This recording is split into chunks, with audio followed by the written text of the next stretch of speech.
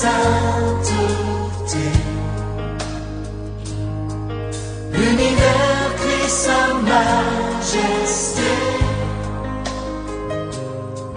Chantons gloire et puissance, force et louange à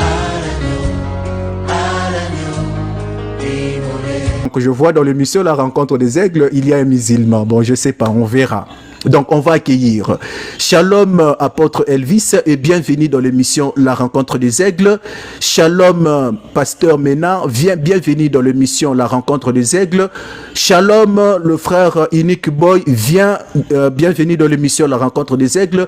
Shalom, docteur Oustaz, bienvenue dans l'émission La Rencontre des Aigles.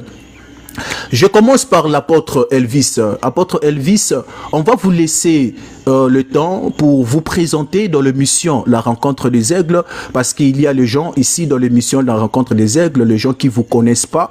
On va vous laisser même 2 minutes de vous présenter. Vous êtes qui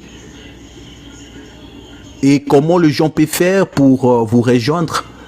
On vous donne la parole, frère Elvis. Ok. Alors, soyez bénis déjà abondamment. C'est façon m'entend très bien.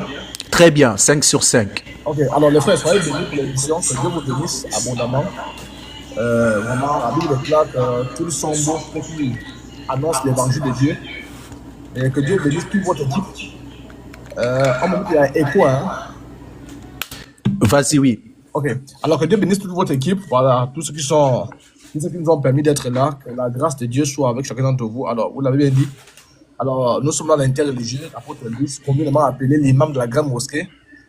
Ça, c'est nous qui prêchons le vrai islam. Le vrai islam, ici, sur tous les réseaux sociaux, c'est nous qui prêchons le vrai islam. Donc, en tant qu'imam de la grande mosquée, je détiens l'imama. Voilà, donc les musulmans connaissent ça, l'imam de la grande mosquée. Si vous demandez aux musulmans qui est l'imam de la grande mosquée, on vous dit. Les débats interreligieux sont très importants. Donc, nous sommes les défenseurs de la parole de Dieu.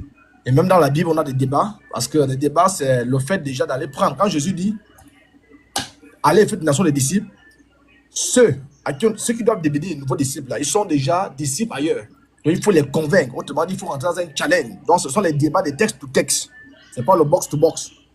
Donc, je pense que Newboy sera bien là pour décortiquer un peu ça. Le pasteur maintenant aussi, voilà. Donc voilà un peu, nous sommes, pour me retrouver, c'est très simple. Il faut taper l'apôtre Elvis. Je suis presque en live tous les jours. Soit chez le pasteur Ménard, soit Boy, ou encore, bref, chez tous les frères, on fait des lives. C'est vraiment une rotation. On ne dort pas. Voilà, là, par exemple, avant de venir ici, on a accumulé un retard de 30 minutes parce qu'on était en train de fouetter des petits plaisantins qui s'amusent avec le nom de notre Seigneur Jésus-Christ. Donc, voilà un peu, en quelque sorte. On a aussi des pages, des sites internet. Je pense que Newboy va revenir sur tout ça là. Voilà, donc, bref, voici un peu. Voilà, l'imam de la grande mosquée. Merci beaucoup, c'est la parole de notre bien-aimé Elvis, donc c'est lui le véritable imam et imam de grande mosquée. Donc ce soir, on a déjà compris notre invité de ce soir qui est apôtre Elvis, il vient de se présenter. On va passer vers notre deuxième invité, le pasteur Ménard. Pasteur Ménard, moi perso, je vous connais. Bon, il y a aussi les gens ici qui vous connaissent. Maintenant, on va vous laisser la parole de vous présenter aux gens de l'émission La Rencontre des Aigles qui vous connaissent pas. Qui êtes-vous, pasteur Ménard? On vous donne la parole et bienvenue dans l'émission La Rencontre des Aigles. Ok, que Dieu nous bénisse. Je suis très content d'être là et je vous salue respectueusement. Notre hôte et tous ceux qui sont sur le panel, que Dieu vous bénisse abondamment. Moi, je suis le pasteur Alomena. Je suis pasteur en plein temps. Voilà, je suis pasteur en plein temps.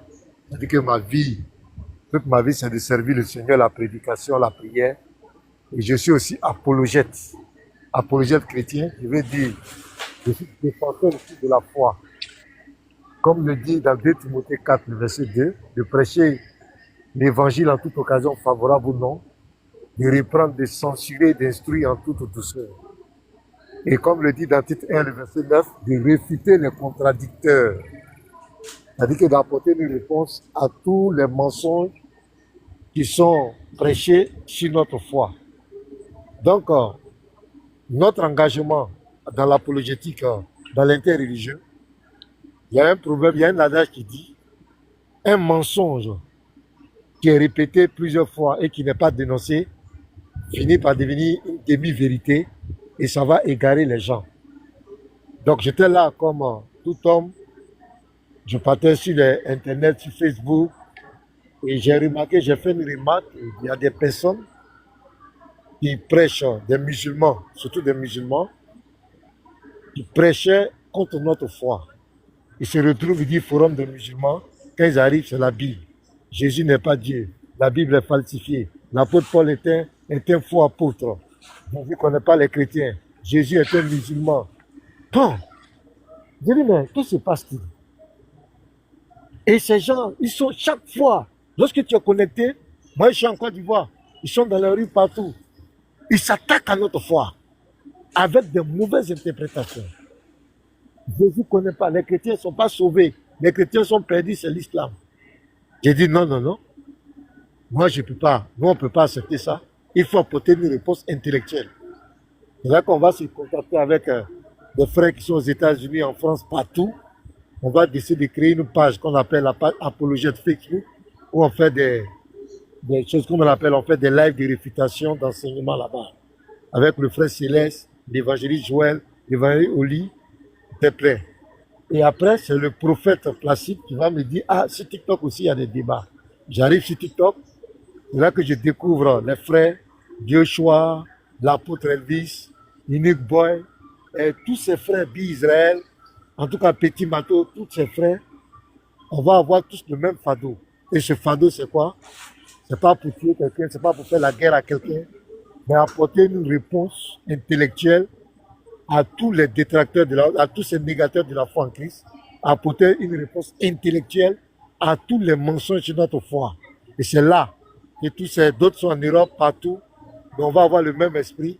Et c'est comme cela qu'on a décidé de débattre avec les musulmans, de les confronter, de les affronter dans des débats publics, dans des idéologies, dans des débats contradictoires. Vous leur dites ce que vous pensez de notre foi, ce que vous dites de notre foi, ce n'est pas vrai. Et nous faisons un raisonnement par analogie. Ça veut dire que souvent nous sommes obligés de rentrer dans les sources, de rentrer dans le Coran, de rentrer dans l'islam, pour leur dire qu'ils n'ont pas de leçons à nous donner, à nous les chrétiens. Voici notre combat. C'est notre combat. Nous n'avons pas de problème avec qui que ce soit, mais nous ne permettrons pas que des gens piétinent notre foi, avec souvent de mauvaises interprétations. Et à la liste des musulmans, ça ajoutait les kémites. Mais ils ont vite reculé, ils ont vite compris, et ils prêchaient que c'est le christianisme qui est à la base des malheurs de l'Afrique, du sud de l'Afrique. Mais on a réglé ça rapidement.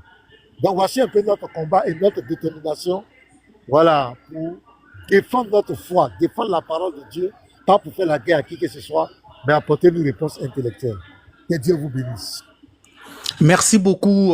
C'est la parole de notre pasteur, l'invité de ce soir. Je rappelle encore à tous les auditeurs, auditrices, vous êtes dans l'émission La Rencontre des Aigles. Ce soir, nous sommes avec apôtre Elvis et pasteur Ménard et notre bien-aimé Unique Boy. Je rappelle à tous les auditeurs, auditrices, ce n'est pas un live comme tous les lives, mais c'est l'émission. Donc, on va rester avec nos invités. On a des questions à poser à nos invités. Mais je sais, il y a aussi, nous, les chrétiens, le peuple de Dieu, les auditeurs, auditrices, vous voulez aussi poser des questions concernant les interreligieux. Donc, on va aussi vous faire monter pour poser 2 questions à chacun. Donc, on va négocier avec nos invités pour avoir combien de personnes qu'on va faire monter pour poser des questions uniquement concernant interreligieux. Donc, voilà. Rapidement, on va prendre aussi notre frère Unique Boy. Shalom et bienvenue Unique Boy dans l'émission La Rencontre des Aigles. Nous, moi je te connais, j'en étais déjà, bon, je te connais très bien, mais il y a les gens qui vous connaissent pas. Est-ce que vous pouvez au moins vous présenter aux auditeurs, auditrices de l'émission La Rencontre des Aigles? Ok, merci beaucoup pour la parole. Merci aussi pour l'invitation. Déjà, tout comme le frère l'apôtre Elvis et le pasteur Ménard, je suis moi aussi apologète, apologète chrétien bien sûr. Et ma mission est de défendre ma foi. Ma mission est de défendre ma foi. Alors, défendre ma foi face à des personnes qui aujourd'hui tordent le sens de tout ce qui est écrit dans la Bible. Des personnes qui comprennent mal les Écritures. Et nous nous avons formé une petite équipe. Et cette petite équipe aujourd'hui sur TikTok est celle qui a mis à nu le mensonge de tous les musulmans, de tous les prédicateurs musulmans qui ont passé leur temps, plus de combien d'années déjà, à mentir de part et d'autre, dans la rue, sur les réseaux sociaux. Mais le Seigneur a suscité des personnes pour contrecarrer et contre-attaquer ces personnes-là, puisque c'est écrit dans les Écritures, il faudra et dénoncer les œuvres infructueuses des ténèbres. Alors, ce soir, nous avons honoré cette invitation parce que il y a plein qui ne comprennent pas ce que c'est que l'interreligieux. Il y a plein qui ne comprennent pas l'interreligieux, surtout du côté des musulmans.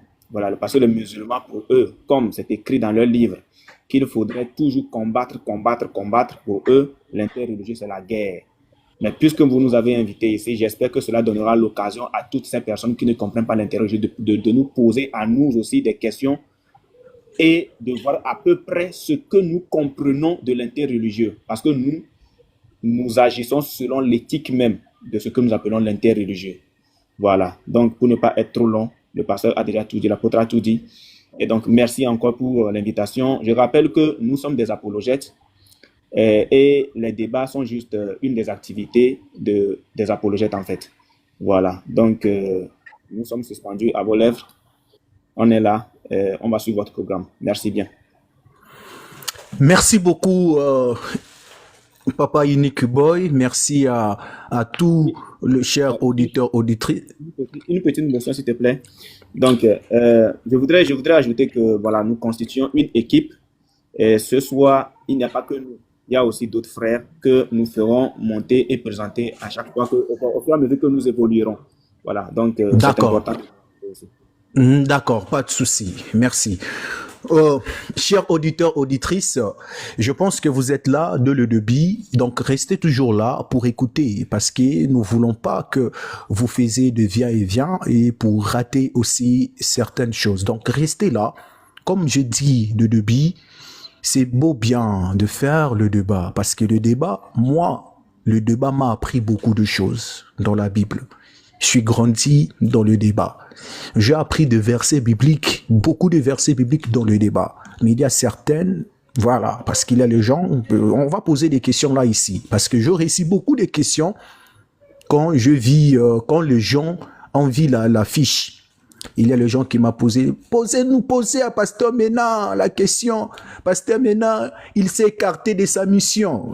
Donc ce soir, je vais poser ces questions-là. Parce que je réussis beaucoup de questions, beaucoup plus pour Pasteur Ménard. Je ne sais pas quel problème avec Pasteur Ménard. Il s'est écarté de sa mission. Il n'est plus pasteur. Voilà, il y a beaucoup de choses. Donc, Pasteur Ménard, ce soir, il va répondre à toutes vos questions-là. Donc, il va vous faire comprendre pourquoi le débat. Donc, voilà.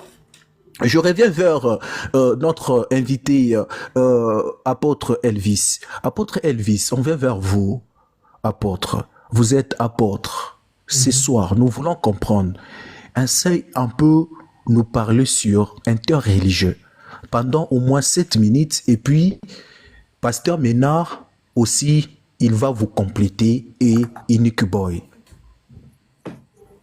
Ok, merci beaucoup. Bon, je te dis un truc. Ok. Non, vas-y d'abord. Ok, alors, donc, merci le frère, merci beaucoup. Alors, c'est quoi l'interreligieux? Donc, on va aller vraiment chap. Bon, déjà, il faut dire, je pense que nous, on va revenir sur ça. Parce qu'il y a tout un travail qu'on fait. Par exemple, on a nos propres sons. On a nos propres sons qu'on écoute déjà, l'interreligieux pour casser la tête des musulmans. Voilà, parce que on n'est pas là pour s'amuser. Hein. On est vraiment très sérieux. Très sérieux. C'est-à-dire, il n'y a pas de pitié dans ça. Il n'y a même pas de compromis. Voilà. Donc, l'interreligieux, la base de l'interreligieux, c'est ce que vous voyez là. Tout ce que vous voyez là. Ouais, ça monte jusqu'à là-bas. Vous voyez, par exemple, aujourd'hui, voilà ce que j'ai prévu pour vous. Donc, je dois lire tout ça là. Donc, c'est-à-dire qu'on n'est pas venu ici pour faire le billard. Voilà. Donc, la base de l'interreligieux, c'est vraiment éviter le billard. Le billard, c'est quoi? C'est venu nous dire que Mahomet était brésilien. Voilà. Mahomet est venu, Mahomet était ivoirien. Voilà, ça, c'est le langage, le billard. Donc, quand on te demande c'est écrit où, c'est fini, le débat est fini. Et pour ça, les musulmans sont très forts. Les musulmans passent tout le temps à dire Jésus n'est pas Dieu. Mais quand tu lui poses une seule question, ma Bible est où? Prends la Bible et montre-nous où c'est écrit Jésus n'est pas Dieu. Il ne va pas trouver ça. Vous voyez un peu? Donc, par exemple, on a un groupe qu'on appelle la Voix de Christ. Vous allez voir ça sur les sons.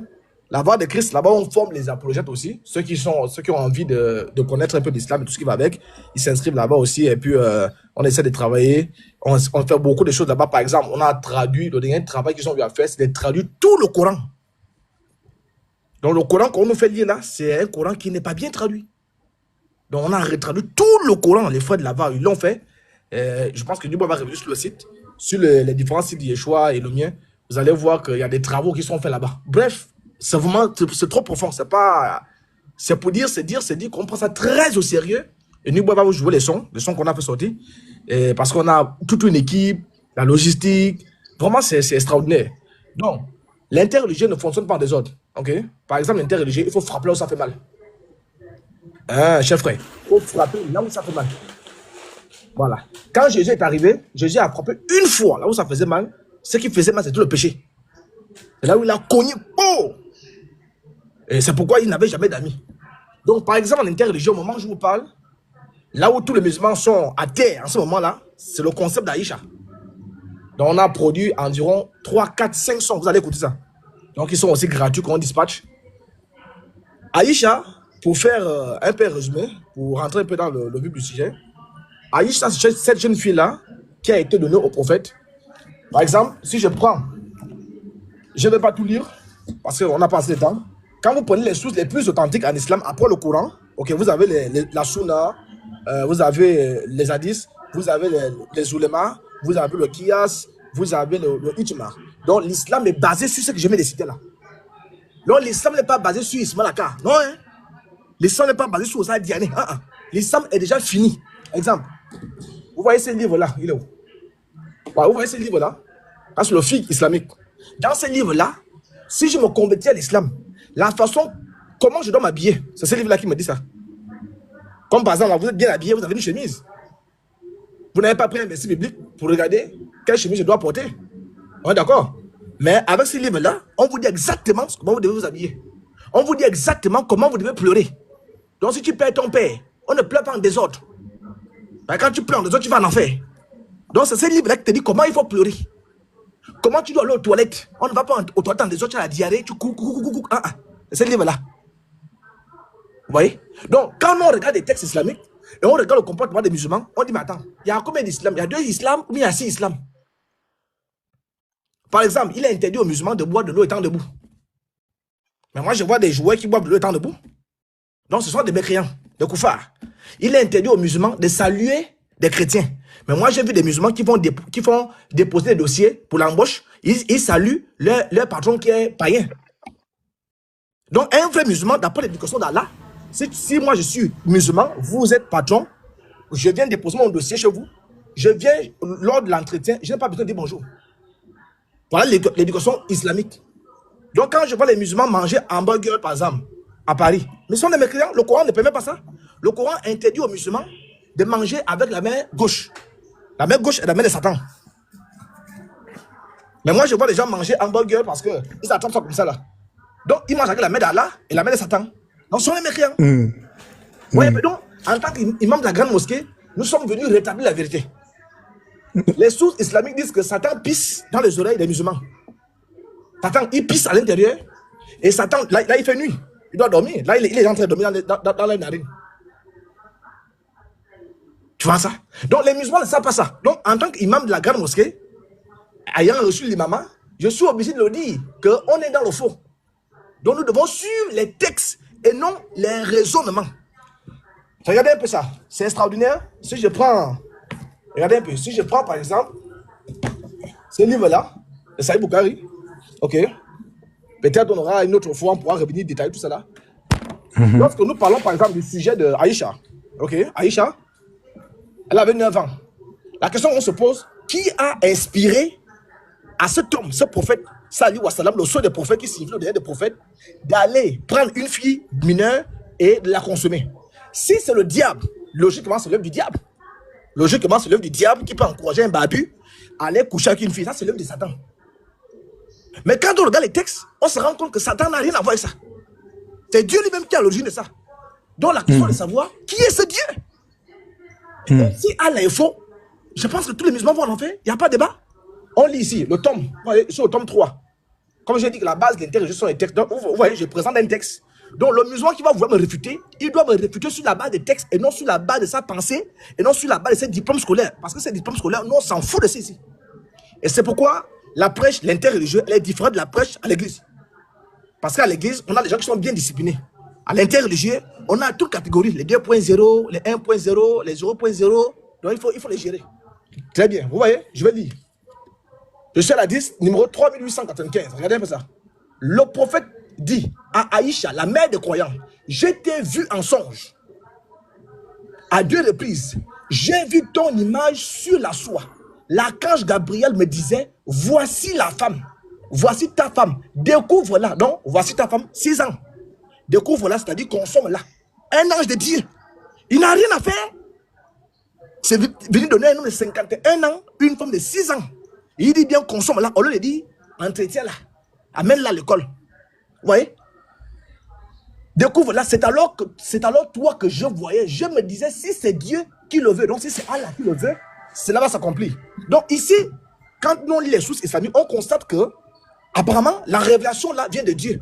Mais si, c'est la question qu'on se pose en ce moment-là, si Dieu permet à un homme de 51 ans d'aller marier une fille de 6 ans, la consommer 3 ans plus tard, quand lui il aura 54 ans, autrement dit, en français terre à terre, si Dieu permet à ce qu'un homme, un quinquagénaire, va consommer une mineure, maintenant Satan lui joue quel rôle? Hein? Satan joue quel rôle? Parce que ça, c'est l'œuvre de Satan. Parce que c'est Satan qui doit dire au babu, allez coucher les mineurs. Si Dieu permet à ça, Satan lui joue quel rôle? Vous voyez un peu? C'est ça le problème. Et pour confirmer ça, comme nous sommes dans les sources les plus authentiques, bon, je vais quand même le lire, aller chap pour montrer que, sinon on va dire, bon, c'est que je lis les faux. Je vais aller chap. Voilà, on a passé le temps. Vous voyez un peu? Je vous prends par exemple, quand je vous prends ici, voilà, je prends ici, par exemple, vous voyez ici, le Sahih al-Bukhari surpasse les autres. Vous voyez, surpasse les autres en validité. Donc, c'est-à-dire que ce que je suis en train de lire est valide. Maintenant, pour confirmer ça, je prends par exemple celui-là. Pour confirmer ce que j'ai dit, regardez. Je vais commencer par 2 textes. Au fur et à mesure, on va monter en crescendo. Alors, je prends le tome 4 de Sahih Bukhari. Vous voyez, je suis ici, à la 10, vous voyez le titre. Regardez le titre. 38, le titre est « Le mariage des enfants mineurs ». Regarde le titre, hein. Donc, quand les musulmans viennent dire Jésus n'est pas Dieu, vous parlez de quel Jésus? Jésus en caoutchouc, en bambou? Non, ce n'est pas de Jésus que vous parlez, hein. Parce que Issa n'est pas Jésus, on vient de faire le travail ici. Donc, l'islam est une religion qui a été bien créée, c'est un entonnoir pour sauvegarder nos petits frères qui sont faits pour la destinée de l'enfer. Donc, tout ce monde que vous voyez là, il a là où ils sont en train de faire les stages pour aller bien travailler en abattoir. Regardez ça. Le prophète l'épousa. Donc, la chaîne de transmission, on ne peut pas expliquer tout ça là, c'est comme on n'a pas assez de temps. La chaîne de transmission, je suis au numéro 5133, vous pouvez vérifier avec moi. Le prophète l'épousa, la mère de croyants, alors qu'elle avait 6 ans. Le mariage fut consommé lorsqu'elle lui atteint 9 ans. Bon, monsieur, moi je vous pose la question, quand j'ai lu ça là, c'est moi qui ai écrit ça ou ce sont les savants eux-mêmes qui ont écrit ça? Ce sont des savants. Bon, quand moi j'ai lu, j'ai fait bien ou j'ai fait mal? Non, bien fait. Bon, encore on va nous dire, bon, nous on dénigre l'islam. Non. Donc c'est un peu ça. Vous voyez, je termine en prenant son collègue. Parce que le premier commence par 2. Son collègue c'est musulman, donc c'est l'élève de Bukhari. Et c'est l'un des livres les plus authentiques aussi en islam. Je peux vous montrer ça. Voilà. Vous voyez ici? Là, ils sont au tome 1. Je suis à la page préface. Le Sahih Muslim est selon le consensus. Quand on dit le consensus, c'est-à-dire c'est une rencontre. Comme là, par exemple, on est sur la rencontre des aigles. Donc, ce n'est pas la rencontre des plumes. Ce n'est pas la rencontre des cochons. Ce n'est pas la rencontre des canatons. Ça, c'est la rencontre des aigles. Donc, on doit monter dans les airs pour cogner fort, pour frapper fort et pour boxer. Vous voyez, le saïd musulman est selon le consensus des oulémas musulmans. On n'a pas dit les oulémas chrétiens, on n'a pas dit les oulémas athées. Les oulémas musulmans, ici, il n'y a pas un seul ouléma ici qui a dit TikTok. Donc, dès hier, on ne le connaît pas ici. Ismaël Aka, on ne le connaît pas ici. Tous ceux qui font la dawala, ils ne sont pas ici. Donc, quand Boukari parle, ils doivent dire Amina, après on ferme la porte, on s'en va. Alors, le deuxième ouvrage, le plus authentique, frère, vous sortez même d'où pour venir nous amener ici. Le plus authentique, après le Coran et le Sahih Boukari. Donc, maintenant, on va lire le deuxième ouvrage le plus authentique. Qu'est-ce qu'il dit? Très bien. Ouvrons le tome quoi? Le tome 3. Je suis sur la page 276. Regardez le chapitre 10. Du père qui marie sa jeune fille vierge. On va voir. La chaîne de transmission remonte à Aïcha. Donc, je ne vais pas lire la chaîne de transmission. C'est-à-dire les rapporteurs. Parce que la chaîne de transmission sert à détecter la moindre erreur. Vous voyez, c'est pourquoi on parle de la sanat. Très bien. Le messager d'Allah m'épousa, vous voyez, le M apostrophe. M'épousa quand j'ai eu 6 ans. Et consommant le mariage quand j'ai eu 9 ans. Bon, je pense que le débat est fini. Si les musulmans étaient vraiment soumis, comme ils appellent ça soumis, la soumission à Allah, ils doivent être soumis à ce que j'ai lu là. Ils doivent dire Amina. Maintenant, qu'est-ce que nous condamnons? Pour terminer, nous condamnons le fait que Dieu, le Dieu créateur des cieux et de la terre, n'a pas que ça à faire de donner des visions sataniques, diaboliques, mystiques, horribles et terribles à un barbu de 54 ans. À l'époque de Mahomet, il y avait les femmes de 40 ans. Il y avait les femmes de 60 ans, 22 ans. Je ne sais pas, frère. C'est quoi le projet d'aller coucher avec une fille de 9 ans? C'est là où nous sommes coincés. Hein? L'émission des aigles. C'est là où nous sommes coincés. Hein? Et jusqu'à présent, aucun musulman n'arrive à répondre à ça. C'est là où commence le débat interreligieux. Et c'est ça, l'interreligieux, c'est de frapper fort. C'est pas amusement. Comme ils ont passé un siècle à dire que Jésus n'est pas Dieu. Donc je vais m'arrêter là pour le moment. Que Dieu vous bénisse abondamment. Merci beaucoup. C'est la parole de l'apôtre Elvis, notre invité. Nous sommes toujours avec vous avant d'aller vers Pasteur Mena et Inick Boy. Apôtre Elvis, on vous a écouté vraiment très bien et vous avez fait déjà la démonstration sur Aïcha et le prophète. Mais là, ce prophète, c'est être humain. Donc, il peut avoir de faiblesse en lui. Mais est-ce que parce que le prophète, lui, il est faible d'aller épouser une fillette de 9 ans, est-ce que ça fait de l'islam étant que faux religion? Parce que là-bas, on voit, il y a Dieu. Est-ce que le Dieu de l'islam, ce n'est pas le même Dieu de chrétien, vous étant quel apôtre? Parce que vous martelez beaucoup plus sur Aïcha et le prophète. Mais en réalité, la tête, c'est lui, Dieu.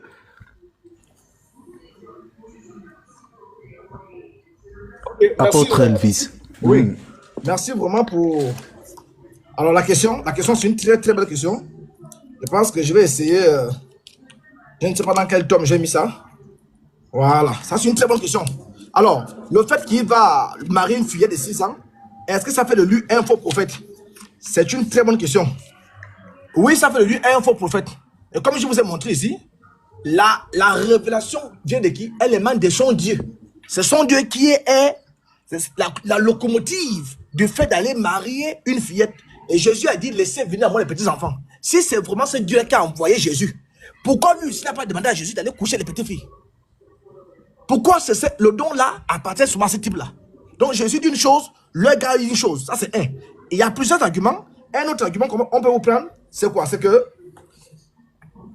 je prends par exemple ici, Sunna Al-Timidi pour montrer que, c'est-à-dire l'islam, même 1% de vérité, il n'y a pas là-bas.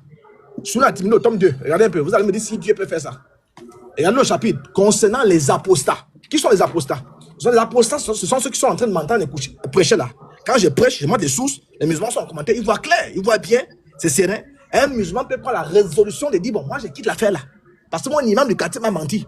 Parce que le monsieur le montre, il est chrétien certes, mais il lit nos sources. Moi je quitte l'affaire là. Hein. La question qu'on va se poser, qu'est-ce que le Dieu islamique demande aux musulmans de faire?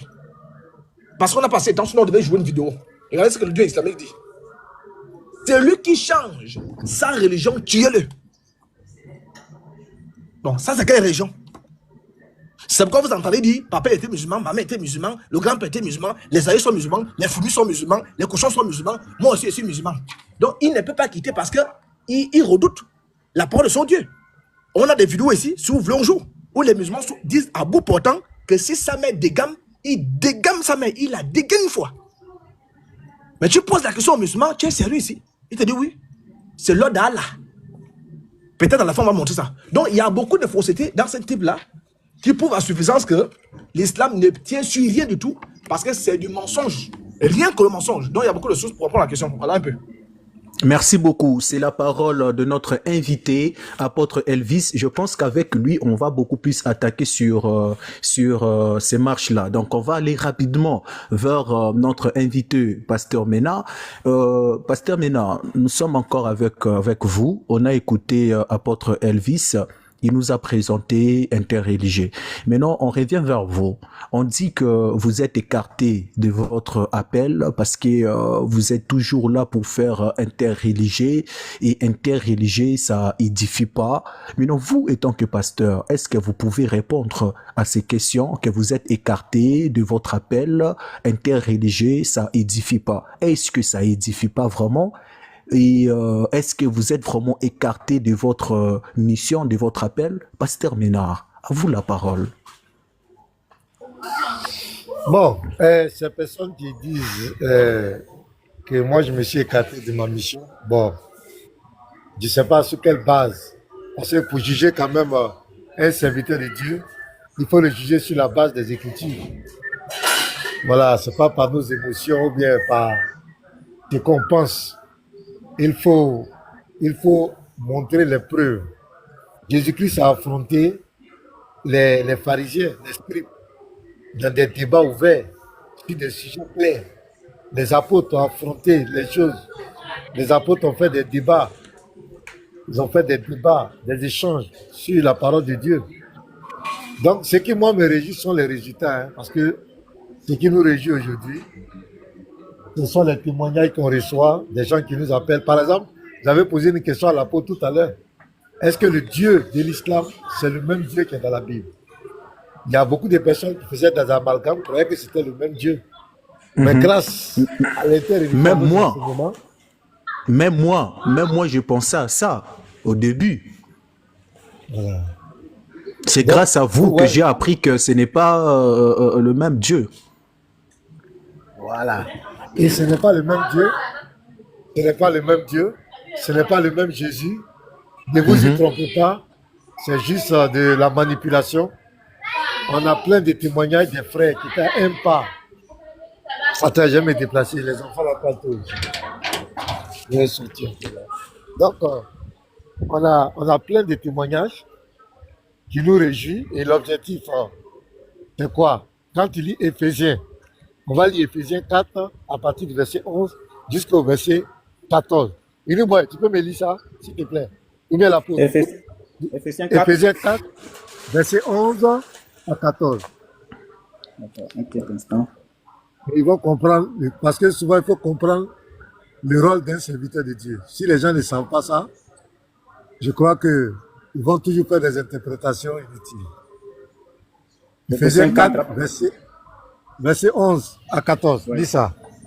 Alors, et il a donné les uns comme apôtres, les autres comme prophètes, les autres comme évangélistes, les autres comme pasteurs et docteurs, pour le perfectionnement des saints en vue de l'œuvre du ministère et de l'édification du corps de Christ, jusqu'à ce que nous soyons tous parvenus à l'unité de la foi, de la connaissance du Fils de Dieu, à l'état d'homme fait, à la mesure de la stature parfaite de Christ, afin que nous ne soyons plus des enfants flottants et emportés à tout vent de doctrine par la tromperie des hommes, par leur ruse dans les moyens de séduction. Amen. Ouais, il faut relire encore le verset 14 là, le dernier verset. Afin que nous ça c'est le but, hein, ça c'est le but pour lequel nous sommes pasteurs. Nous sommes apôtres évangélistes. Ouais, dit afin que quoi? Afin que nous ne soyons plus des enfants flottants et emportés à tout vent de doctrine, oui, par la tromperie des hommes, Oui, par leur ruse dans les moyens de séduction, mais oui. que, professant la vérité de la charité, nous croissions à tout égard en celui qui est le chef de Christ. Amen. Voilà pourquoi nous sommes établis en tant que pasteurs. C'est pas seulement rester dans les 4 murs, c'est vrai. Enseigner dans les 4 murs, c'est vrai. Mais il y a un défi qui est là. Il y a des hommes qui ont la rue. Il y a des hommes qui trompent les gens.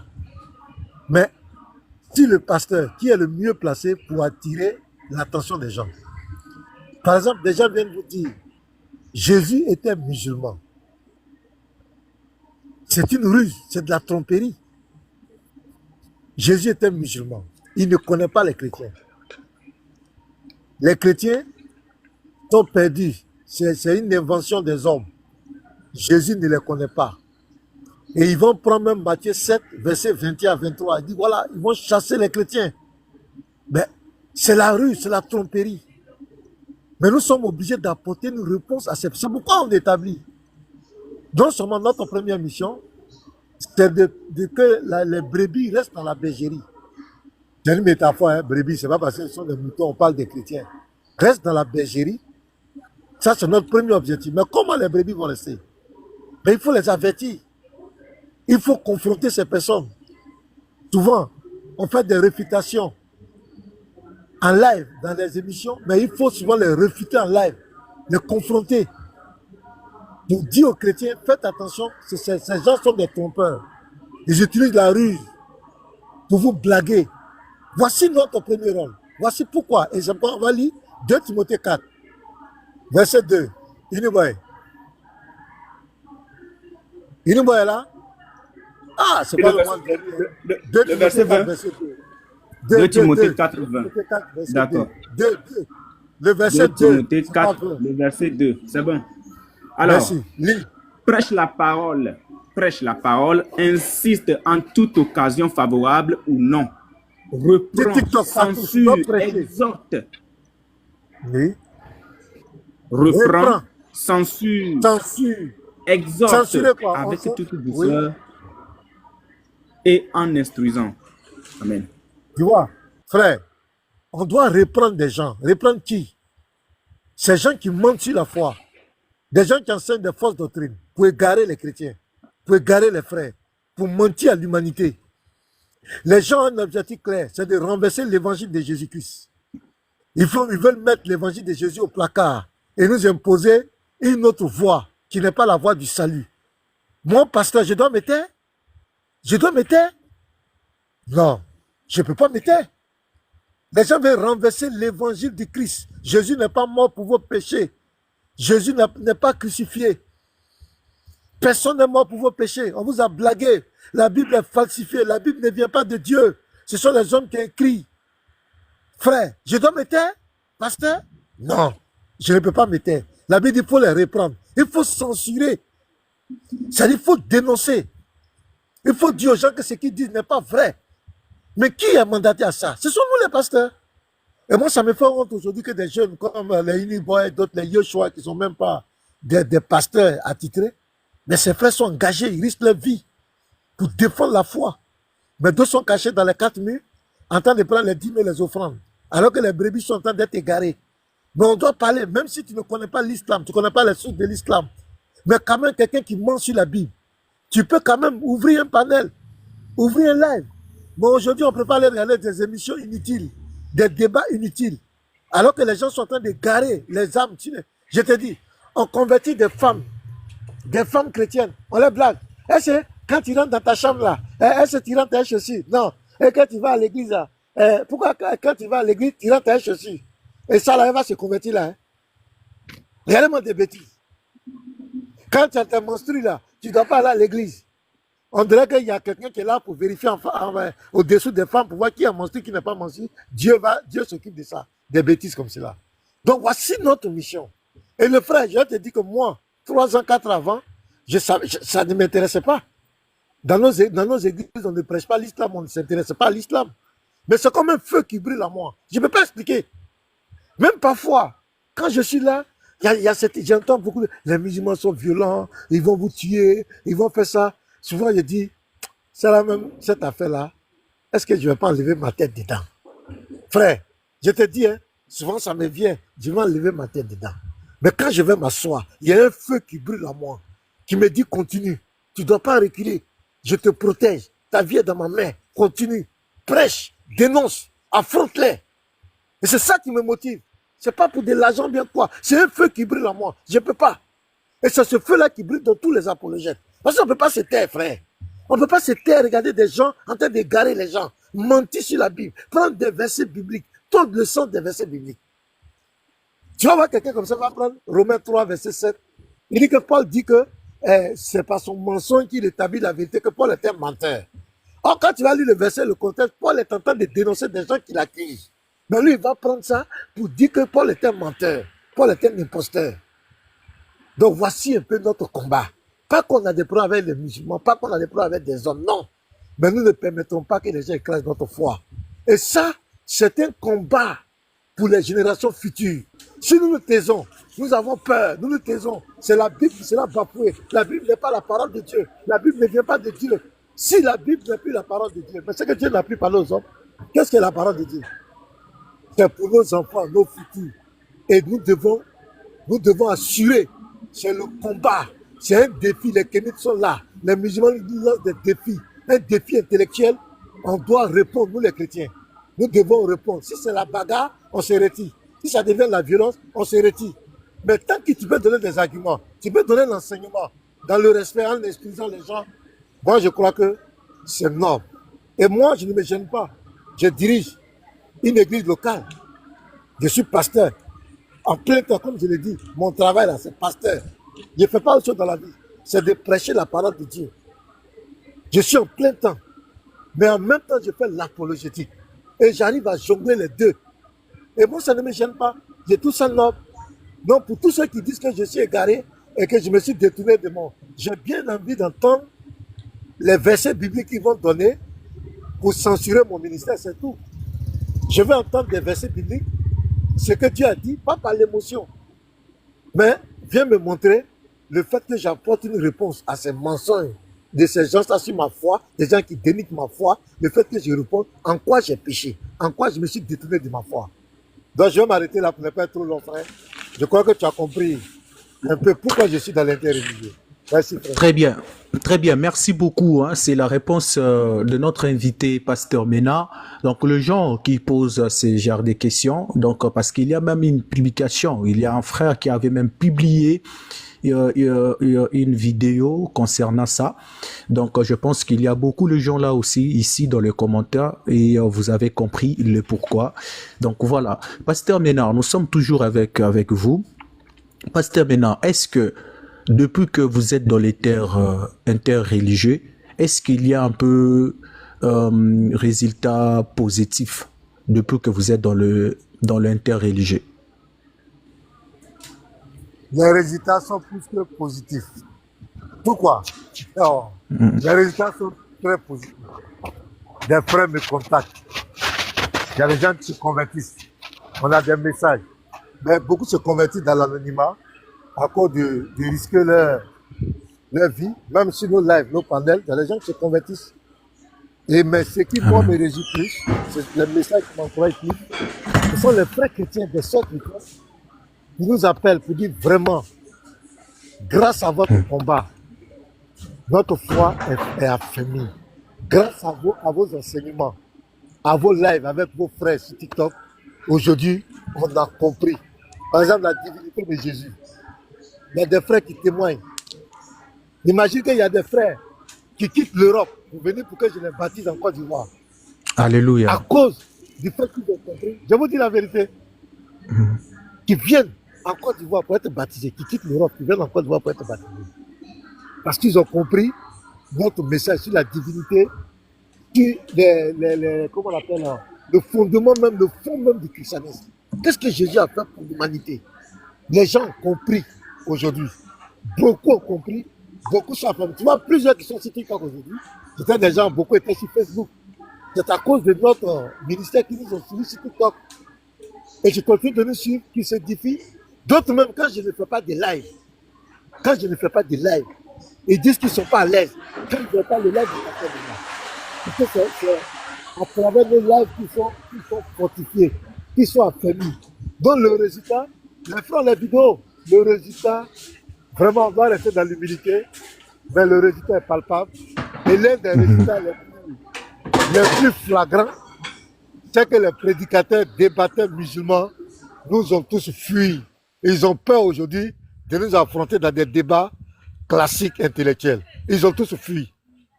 Ils ont tous fui. C'est-à-dire quoi?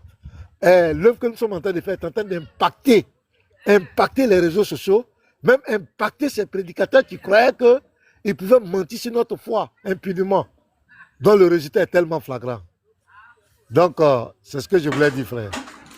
Merci beaucoup. Donc, je pense que, chers auditeurs, auditrices, vous avez vous-même écouté, entendu que le résultat est tellement vraiment merveilleux parce qu'il y a des gens qui se convertissent pour venir en christianisme et deuxièmement, c'est pour avertir à nos frères que là-bas, il y a un danger parce qu'il y a beaucoup de la fausseté et c'est pour aussi avertir les gens, il ne faut pas écouter des menteurs là parce qu'il y a les gens qui mentent dans les écritures de Dieu, comme voilà, vous connaissez vous-même de musulmans pour mentir dans la Bible afin pour vous prouver que voilà, la Bible, ce n'est pas le livre de la vérité.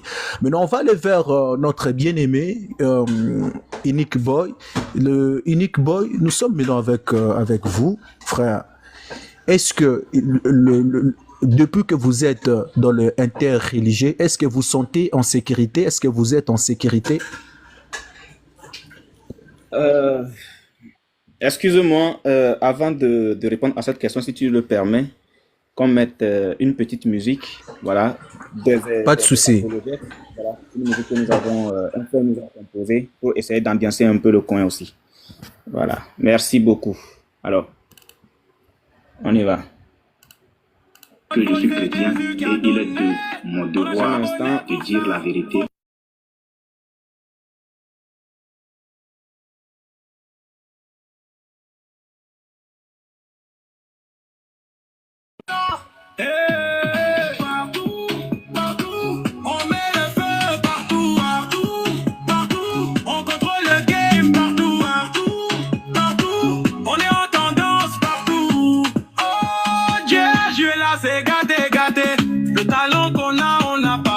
C'est Dieu qui a donné.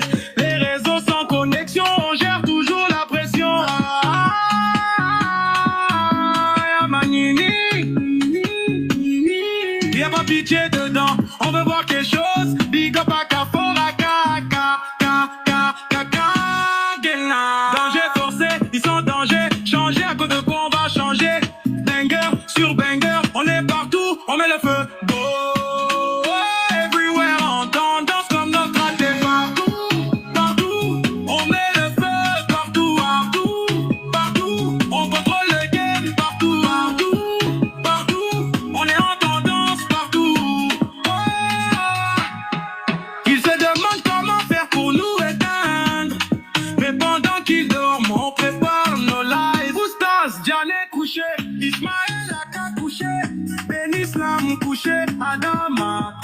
On a la force pour vous coucher.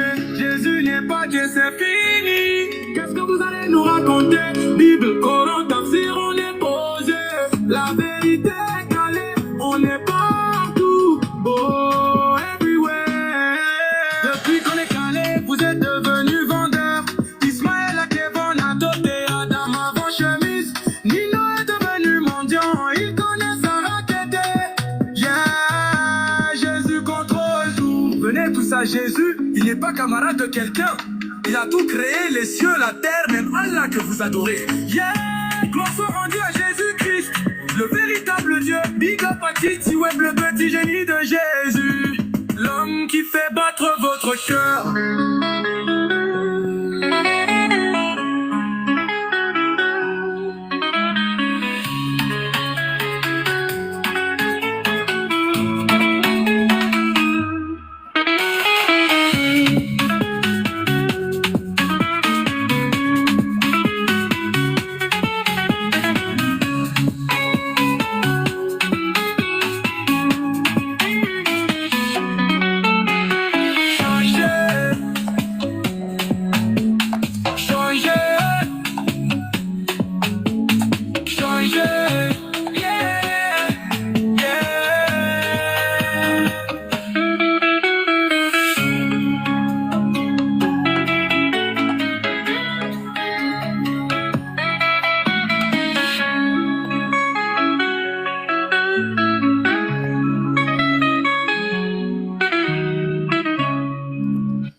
Alors, merci beaucoup, le frère. Merci énormément. Alors ça, c'était juste un son pour les apologètes. Voilà. Et c'est un son qui dit grande chose. Voilà, c'est un son qui relatait déjà ce que nous faisons sur TikTok, ce que nous faisons sur les réseaux sociaux. Aujourd'hui, nous avons mis le coup partout. Les musulmans qui étaient eux. Il y a un bruit. Il y a un bruit là. Je ne sais pas si ça. C'est comme un bruit de télévision façon là. Donc les musulmans aujourd'hui sont devenus des proies. Voilà, eux qui étaient des chasseurs partout où nous étions avant, quand nous sommes dans nos panels, ils viennent, vous ne connaissez rien, vous ne maîtrisez rien, faites-moi monter, je vais vous enseigner. Aujourd'hui, le musulman, quand il voit nos panels, ils sont obligés de prendre la tangente. Ils sont obligés de prendre de l'autre côté. Voilà, ils évitent nos panels parce qu'ils ont compris qu'il y a du répondant aujourd'hui et qu'il n'y a plus de place pour le mensonge. Donc, est-ce que je me sens en sécurité? Ou est-ce que nous nous sentons en sécurité? Sans mentir, frère, la sécurité n'y est pas. Nous ne sommes pas en sécurité. Nous recevons pratiquement toutes les semaines des menaces. Le pasteur est là, l'apôtre est là, d'autres frères qui vont monter après vont vous le dire. Nous recevons des menaces pratiquement tout le temps. Des personnes qui nous disent que le jour où on se croise, c'est notre tête qui tombera sur notre corps. Des personnes qui nous disent qu'ils vont faire verser nos sangs. Il y a des captures de camp qu'on pourrait vous montrer. Des gens qui nous maudissent tous les jours. Des personnes qui c'est-à-dire que dans le noir, ils planifient des choses contre nous pour nous faire tomber. Mais est-ce que nous avons peur? Non, nous n'avons pas peur. Pourquoi? Parce que nous avons le Seigneur Jésus-Christ qui avait déjà prédit ceci. Qui nous avait déjà dit que nous vivrons toutes ces choses-là. Donc, est-ce que nous nous sentons en sécurité? Non. Mais est-ce que nous avons peur? Nous avons peur? Non. Non. Est-ce que nous nous sentons en sécurité? Non. Est-ce que nous avons peur? Non. Puisque nous avançons avec le Seigneur Jésus-Christ. Je prends la sourate 9, je suis dans leur Coran. La sourate 9, le verset 29. On leur demande là-bas, je lis, « Combattez ceux qui ne croient ni en Allah, ni au jour dernier, qui n'interdisent pas ce qu'Allah et son messager ont interdit, et qui ne professent pas la religion de la vérité. Parmi ceux qui ont reçu le livre, jusqu'à ce qu'ils versent la capitation par leurs propres mains, après s'être humiliés. » Ici, on leur demande simplement de nous combattre. Et le combat ici en question qu'on leur demande, ce n'est pas de venir nous combattre selon les Écritures. Non, parce que dans d'autres versets, s'il faut tout lire, on leur demande simplement de nous TUER. On leur demande de nous TUER. Voici un exemple. Les menaces de mort, on en reçoit pratiquement tout le temps. Donc, nous ne sommes pas en sécurité. Mais nous n'avons pas peur non plus. Donc, pour répondre à cette question, j'aimerais revenir sur un petit point. Pourquoi j'ai voulu mettre cette musique. Dans cette musique, le compositeur nous dit clairement que il se demande comment faire pour nous éteindre. Si vous avez bien suivi, il se demande comment faire pour nous éteindre. Eux, dans la même sourate 9, on leur demande de tuer et de se tuer. Qui sont ceux qui tuent et se font tuer? Ce sont les musulmans. Bien entendu, ce sont eux qui sont les kamikazes. Alors, nous ne sommes pas en sécurité, mon frère. Nous ne sommes pas en sécurité. Le musulman planifie les choses dans l'obscurité. Ils veulent les mettre. Il y a un même de nos frères, le frère Jérémie, entre-temps, qui s'est fait attaquer. Si seulement il est là, peut-être qu'il montrera, il va vous faire part de son témoignage. Il s'est fait attaquer. Il y en a qui reçoivent des menaces. Nous recevons des menaces tous les jours, donc nous ne sommes pas en sécurité. Pourquoi nous ne sommes pas en sécurité? Nous sommes face à un Dieu. À un Dieu qui veut concurrencer le véritable Dieu, le Seigneur Jésus-Christ, le créateur de toutes choses, le créateur d'Allah subhanahu wa ta'ala azawajal, alias Oubal.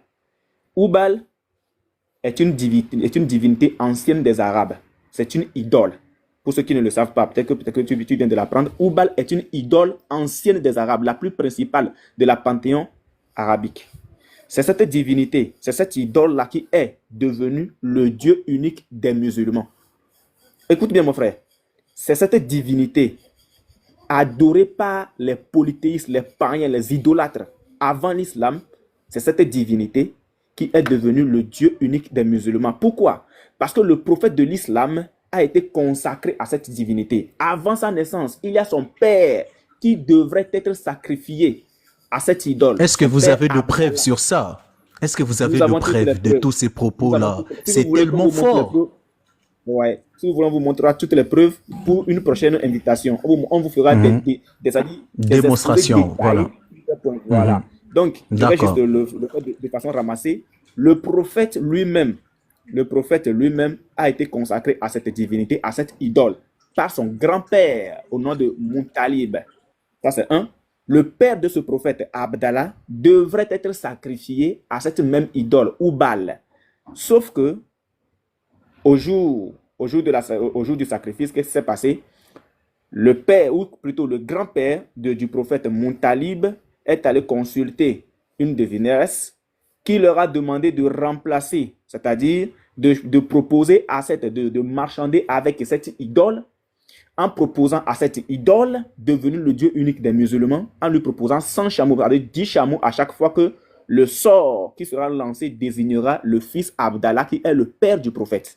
Alors, le grand-père Moutalib va respecter ce que la devineresse va lui dire, et donc va proposer à chaque fois 10 chameaux, 10 chameaux, 10 chameaux, jusqu'au nombre de 100 chameaux. Et au nombre de 100 chameaux, cette idole ancienne des Arabes, Oubal, va maintenant choisir les 100 chameaux. Et donc le père du prophète aura la vie sauve. Et c'est juste après cela que ce père va rencontrer la mère du prophète. Ils vont s'accoupler. Et la maman va donner naissance au prophète qui va être consacré à cette même divinité. Donc, il y a un lien, il y a plutôt un, comment je pourrais le dire? Il y a un lien entre cette famille du prophète et cette idole devenue le Dieu unique des musulmans aujourd'hui. Alors, c'est une idole que les musulmans adorent. Ils ne connaissent pas le Dieu qu'ils adorent. Cette idole, à l'époque, s'appelait Allah Oubal, c'est-à-dire le Dieu Oubal. Donc, le nom propre de cette divinité, c'est Oubal. Autrement, si aujourd'hui, le nom Oubal n'existe plus et que nous avons gardé, et les musulmans ont gardé juste Allah, c'est parce que le prophète en a décidé ainsi selon Christian Julien Robin. Voilà, Christian Julien Robin est un écrivain, un chercheur, et ce chercheur nous a été révélé par un musulman lui-même. Voilà, un musulman lui-même. Nous avons fait des recherches, nous avons trouvé que, effectivement, c'est le prophète lui-même qui a décidé, avant la fin de sa vie, que son Dieu s'appellerait désormais Allah. Et donc, le nom propre de cette idole, Oubal, a été caché. Quand tu poses la question aux musulmans aujourd'hui, ils vont te dire tout simplement que leur Dieu a 99 noms plus un qui est caché. Le nom qui est caché en réalité, c'est le véritable nom, c'est le nom propre de cette divinité, c'est le nom propre de cette idole qui n'est autre que Oubal. Nous avons eu à faire des démonstrations dessus. Et frère, franchement, sur cette question, sur ce sujet, cette thématique principalement, des personnes, des musulmans ont apostasié. Des musulmans ont apostasié, ils ont compris. Quand on leur a montré les sources, on leur a dit, allez faire votre propre recherche. On leur a dit, allez chercher par vous-même. Ils ont fini par apostasier. Ils ont compris qu'effectivement, ils ne sont pas dans l'adoration du véritable Dieu, mais plutôt, ils étaient adorateurs et esclaves d'une idole ancienne des Arabes. Est-ce que nous sommes en sécurité? Non. Est-ce que nous avons peur? Non. Parce que nous sommes avec le Seigneur Jésus-Christ. Merci beaucoup, frère. Merci beaucoup, Unique Boy. On va encore poser la dernière question pour retourner vers le bien-aimé Elvis. Vous, depuis que vous êtes dans les temps religieux, depuis que vous avez commencé l'interreligieux, qu'est-ce que vous avez apporté dans l'interreligieux?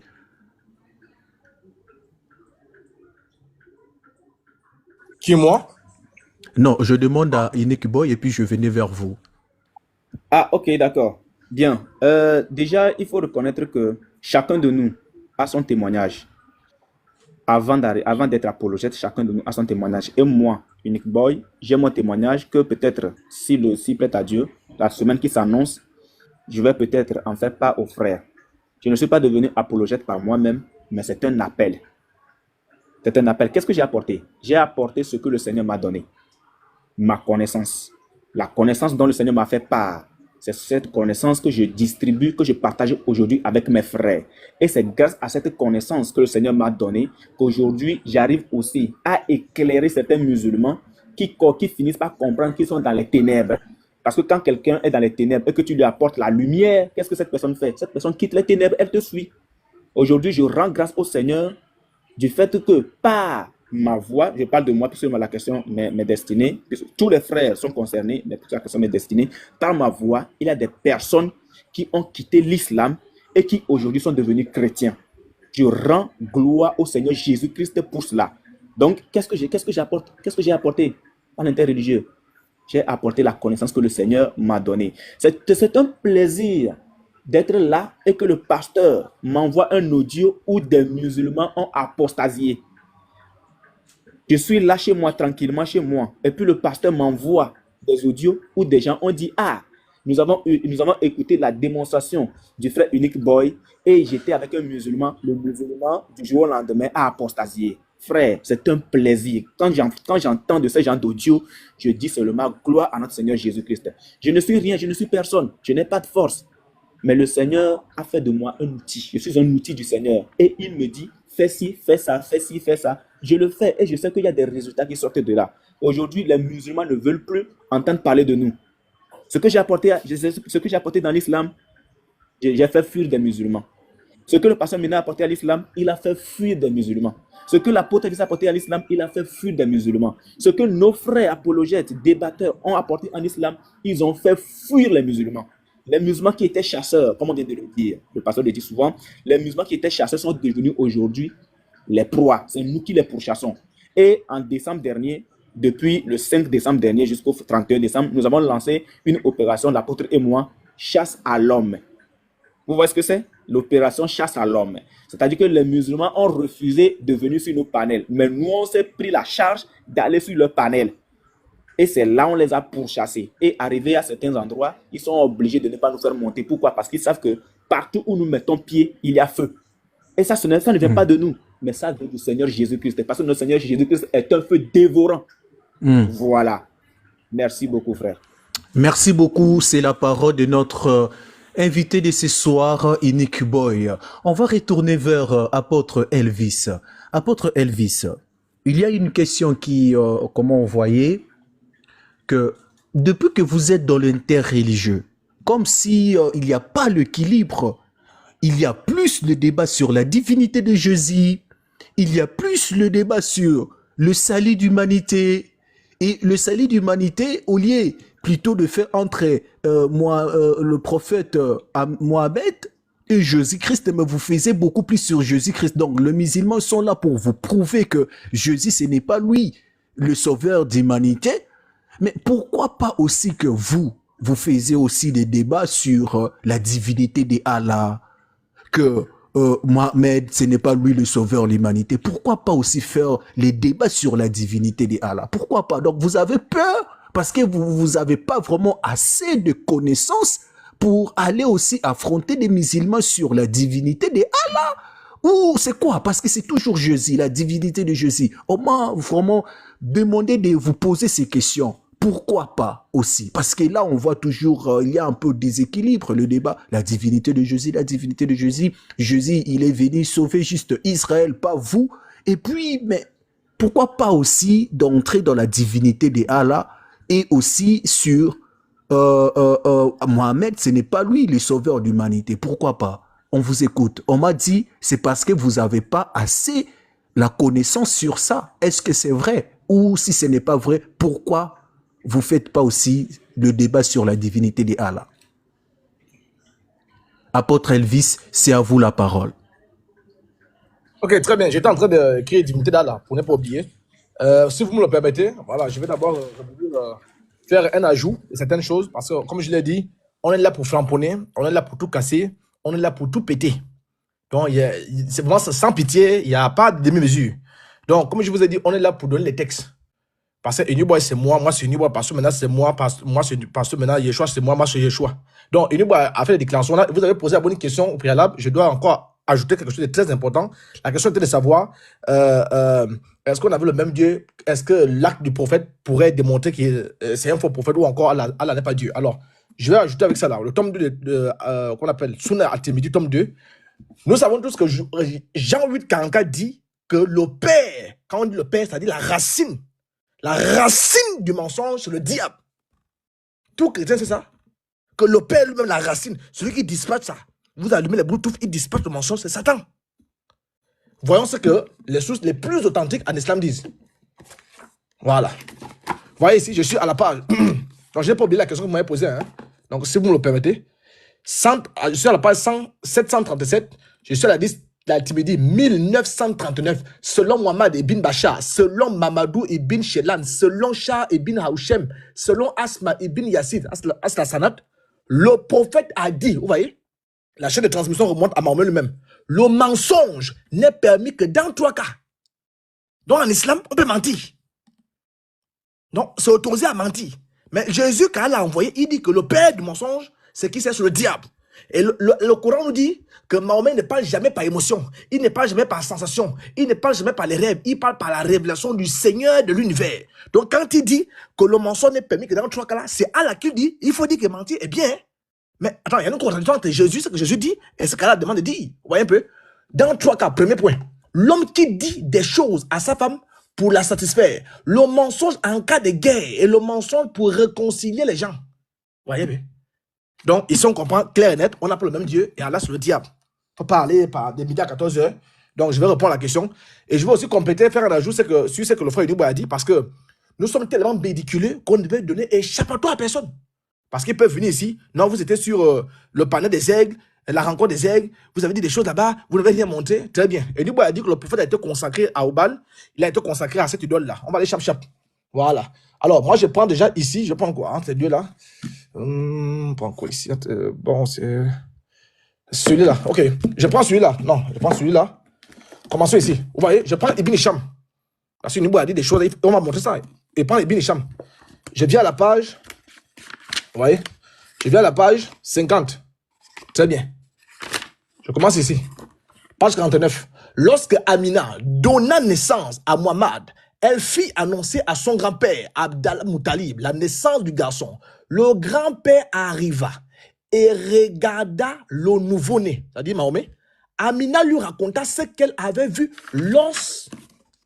lorsqu'elle était enceinte de lui, ce qu'on lui avait dit à son sujet et le nom qu'il devait porter. Point. Al-Moutalib prit l'enfant, autrement dit, il prit Mahomet dans ses bras et pénétra dans la Kaaba. Il pria le Dieu du temple et lui rendit grâce. Il sortit et remit l'enfant à sa mère. Puis, il s'est mis en quête d'une nourrice pour l'enfant. Ce que nous a dit est clair. Al-Moutalib, le grand-père de Mahomet, a pris... Et si tu permets, pour que le frère soit bien convaincu, hein, le frère, si tu peux prendre ton téléphone et que tu tapes juste ton téléphone dans ton moteur de recherche, tape juste qui est le Seigneur de la Kaaba. Tout simplement, pas qui était. Pas qui était. Parce que quand tu le mets au passé, on te donne la réponse. Voilà, qui est le Seigneur de la Kaaba, tout simplement. Maintenant, on te donne la réponse et dis-nous ce que tu as lu. Vas-y, frère. Très bien. Vous voyez, d'après Ibn Hisham, ok, c'est un hadith très authentique que j'ai lu, ok, que je vais lire. Le prophète, lorsqu'il est venu au monde, Al-Moutalib a pris l'enfant, c'est ce qu'il nous a dit. Il faut montrer les sources pour ne pas donner échappatoire à quelqu'un. Donc, il a pris l'enfant, le nouveau-né, Mahomet, il a conduit l'enfant dans le temple. Il a prié le Dieu du temple. Dans le même élan, pour confirmer ça, parce qu'il faut donner beaucoup. C'est ça la base interreligieuse. Quand tu donnes beaucoup, tu les assommes, tu donnes beaucoup de somnifères, tu mets beaucoup de javel. Quand ils se réveillent, ils sont sourds, ils ne peuvent pas se réveiller. Donc, je prends la sira d'Ibn Kathir pour confirmer la même chose. Et après, maintenant, on va aller chercher l'identité. Qui était dans le temple? Parce qu'on dit qu'il a présenté l'enfant à un Dieu qui est dans le temple là. Qui est ce Dieu qui est dans le temple? On va voir ça. Vous voyez ici, je suis à la page 174, la sira d'Ibn Kathir. Très bien.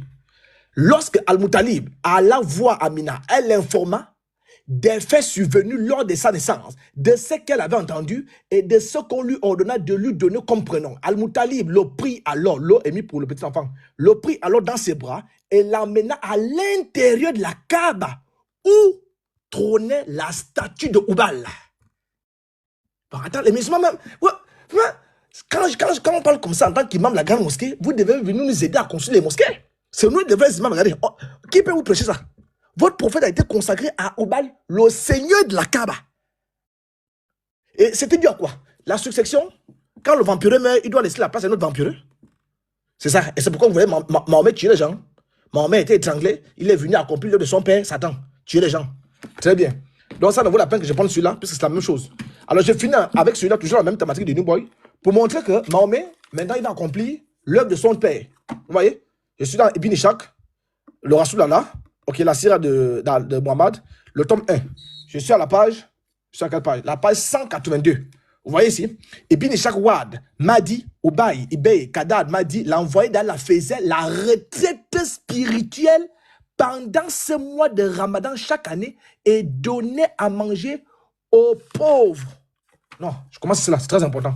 Regardez, le commencement de la descente de Djibril. Donc, ils sont à poser la question à Mahomet. On pose la question de savoir comment Mahomet est devenu prophète. Très bien. Donc là, il n'a pas encore 40 ans. Hein. Là, il est devenu prophète quand il avait 40 ans. On dit ici, je vais vous épargner la chaîne de transmission.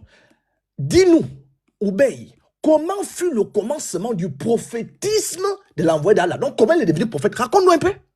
Lorsque Djibril vint à lui, Ubay alors dit, en ma présence, Abdallah al-Zubar et aux gens présents chez celui-ci, l'envoyé d'Allah se retirait à la caverne de Hira pendant un mois chaque année pour pratiquer le Tanout. Regardez bien, le Tanout, comme c'était la coutume de Quraysh. K.O. Au temps de la Jahiliya. Vous voyez un peu? Donc ici, on nous explique que au temps de la Jahiliya, Jahiliya signifie au temps de l'ignorance. Donc avant qu'il n'ait les 40 ans. Donc avant d'avoir 40 ans, il allait dans la grotte avec qui les Quraysh, les polythéistes, allaient faire quoi? Quelque chose à l'intérieur. Ils allaient adorer un Dieu. Regardez la suite. Signifie dévotion religieuse. Donc ils adoraient quel Dieu? Moi, nous dit, regardez ici. Qatada m'a dit, l'envoyé d'Allah faisait la retraite spirituelle pendant ce mois de Ramadan. Vous voyez? Donc le Ramadan existait déjà même avant la révélation. C'est de quel Ramadan nous question ici là? Vous voyez un peu? Chaque année est donné à manger aux pauvres qui venaient à lui. Lorsqu'il terminait sa retraite, lorsqu'il terminait sa retraite, la première chose qu'il faisait fut d'aller à la Kaaba. Vous voyez? Il n'est pas encore prophète. Hein? On a le Ramadan, on a la Kaaba. Avant de rentrer chez lui, il faisait ce circuit autour d'elle 7 fois. Donc les musulmans tournent autour de la pierre noire. Ils font 7 tours. On dit que Mahomet faisait ça. Avant d'être prophète, il tournait aussi 7 fois. Quand il tournait 7 fois, il tournait au nom de quel Dieu? Parce que là, ils vont me dire qu'il tourne au nom d'Allah. Quand Mahomet lui tournait autour de 7 fois, il tournait au nom de quel Dieu? Ce sont les mêmes 7 fois qu'il a reconduit, comme disait New Boy. Maintenant, pour répondre à votre question, voilà. Pourquoi on ne fait pas la divinité d'Allah? Vraiment, vous pouvez parler loin. S'il y a un musulman qui a ses pieds sur le sol, ses pieds sont bien calés sur le sol, pour répondre à la question, on va envoyer un défi. Son cerveau en place, ses neurones sont bien positionnés. Tout pour lui est bien, il a fait les examens, son corps est bien portant. Débat engagé sur Allah. Donc, pour répondre à votre question, hein, donc, débat engagé, s'il y a un musulman qui tient encore là, avec son cerveau en place, divinité d'Allah, débat engagé. Donc, pour faire simple, il n'y a pas un musulman qui fait débat d'Allah. Leur seule thématique, c'est Jésus n'est pas Dieu. Le pasteur maintenant a foudroyé, a tabassé, boxé, malaxé, chevauché au stade Diané sur la divinité de Jésus. Maintenant, il demande le retour sur la divinité d'Allah. Au stade Diané, après l'avion, il est allé à Makkah. Donc, pour vous dire, les musulmans ne peuvent pas parler d'Allah. Allah, il ne ressemble à rien. On ne sait pas là où il dort la narine des musulmans. C'est ce que nous on veut. On veut qu'il laisse Jésus et qu'on parle d'Allah. C'est ce que nous voulons même. Donc, s'il y a un musulman qui entend le cri de mon cœur, pardon, écrivez-moi. Donc, voilà un peu ce que je voulais dire. Merci beaucoup, c'est la parole d'apôtre Elvis. Donc aussi, voilà. Donc il faut vraiment rester branché, connecté pour comprendre beaucoup de choses qui se passent au milieu d'interreligieux, parce qu'il y a beaucoup de nos frères qui se posent autant de questions. Pourquoi vous touchez pas aussi la divinité d'Allah? Mais on va continuer toujours avec ces questions. On va aller vers Pasteur Mena. Pasteur Mena, vous êtes pasteur. Vous faites aussi des débats interreligieux. Pourquoi pas aussi vous obliger de frères musulmans d'aller aussi dans le débat sur la divinité de Jésus et la divinité de Allah? Est-ce que, comme bon, bien sûr que oui, apôtre Elvis, il a essayé aussi de frapper un peu fort sur ce point-là, mais est-ce que vous avez encore quelque chose à ajouter sur le débat de la divinité de Allah?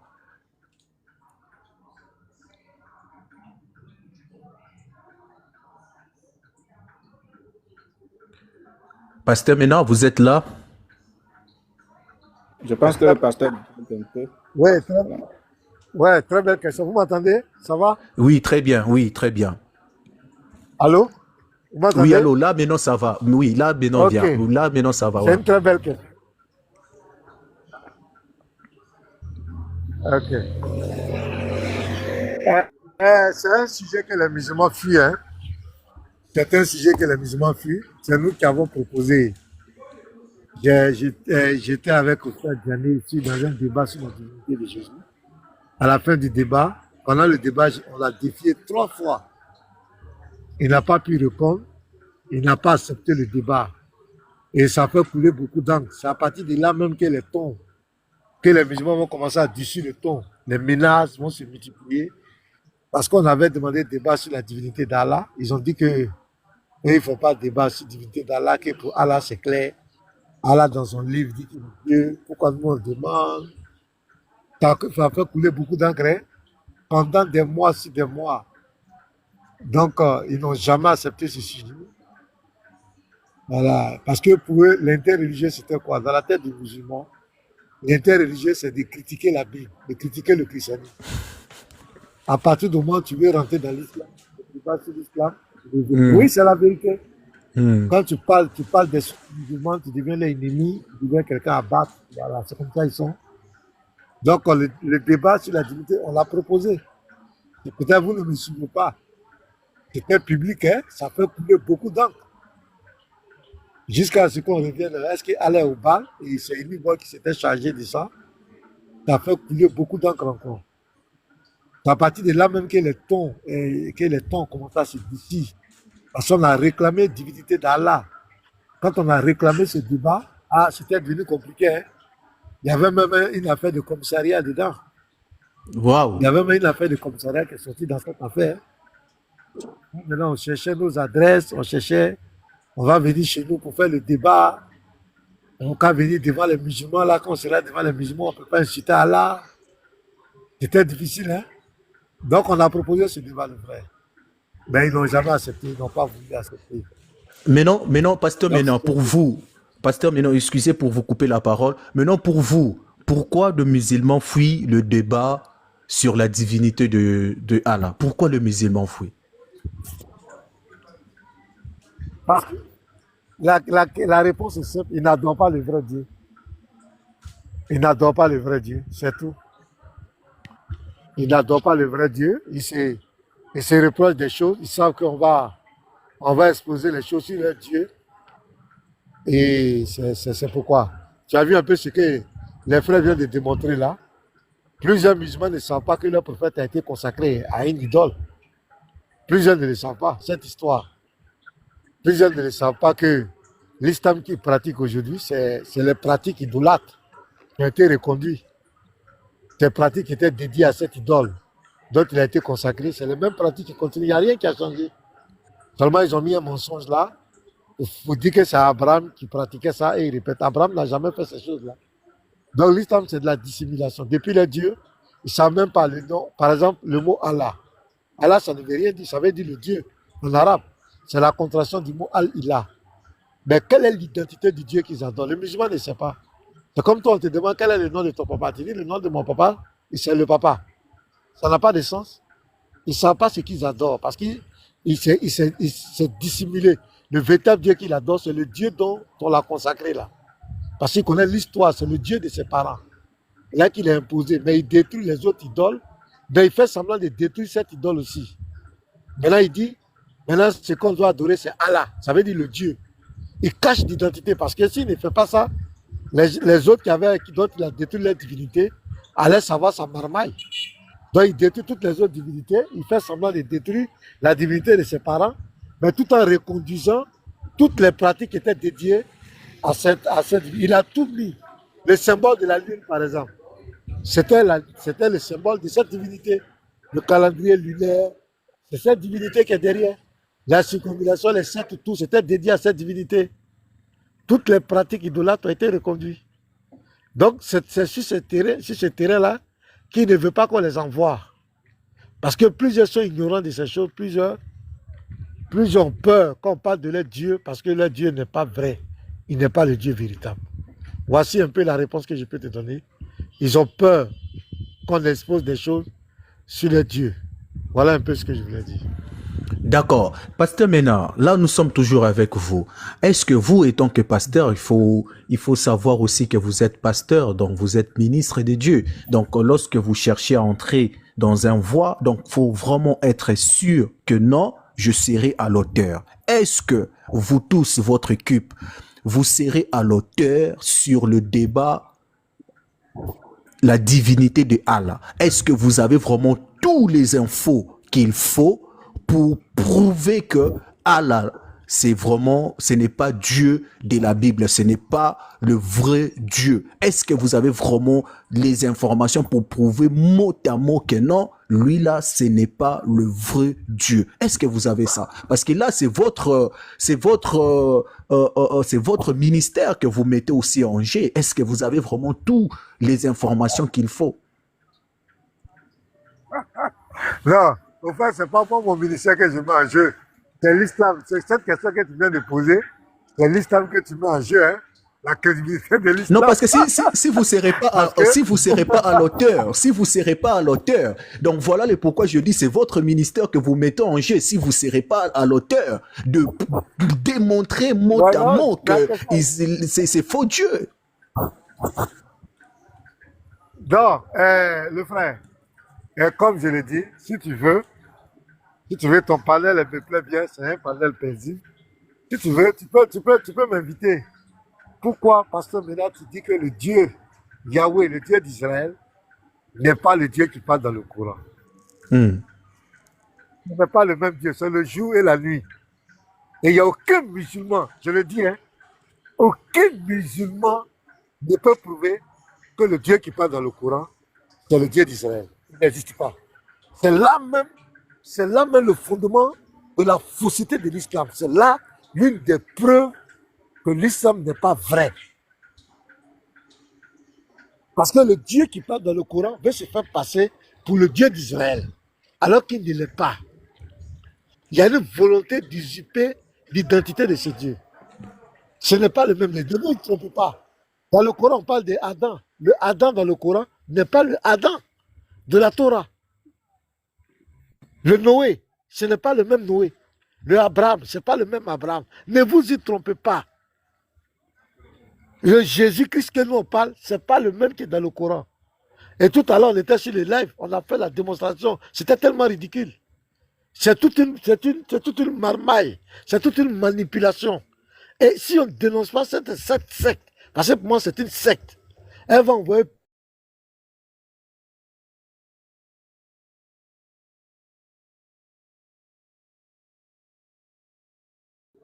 On vous attend pas, pasteur Ménard, comme si vous bégayez.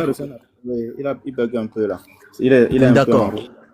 Tu sais que c'est le mysticisme. Mais d'autres croient que c'est le Dieu d'Abraham qui sont en train d'adorer. Mais c'est fou. La Bible dit Satan se déguise en ange de lumière. Ce Dieu qui parle dans le Coran n'est pas le Dieu d'Israël. Et aucun musulman ne peut prouver le contraire. Ce musulman n'existe pas. Donc si vous voulez, vous allez faire des thématiques claires. Nous, on va venir. C'est notre rôle. Si on a le temps, on viendra. Par exemple, ce thème-là, c'est un thème qui est très succulent.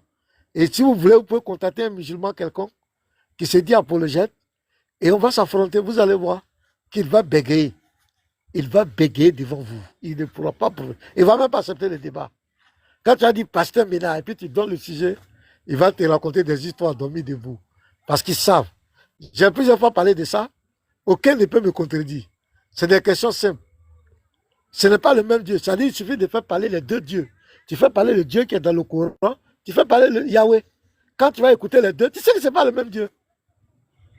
Ce n'est pas le même Dieu. Donc ça, c'est l'un des points sur lesquels on doit s'appuyer. Et aujourd'hui, Dieu merci. Tous les frères, toutes les personnes savent que ce n'est pas le même Dieu.